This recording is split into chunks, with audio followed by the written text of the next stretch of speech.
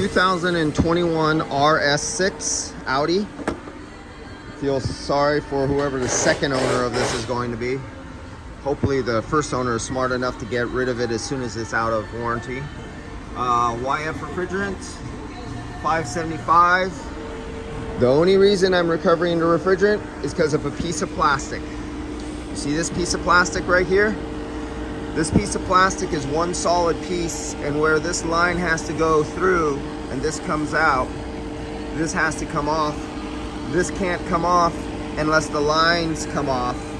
So I'm doing a recovery just for this little simple piece of plastic, and then he's gonna pop off the line, remove the plastic, put the new one back on, and I recharge it up that fast.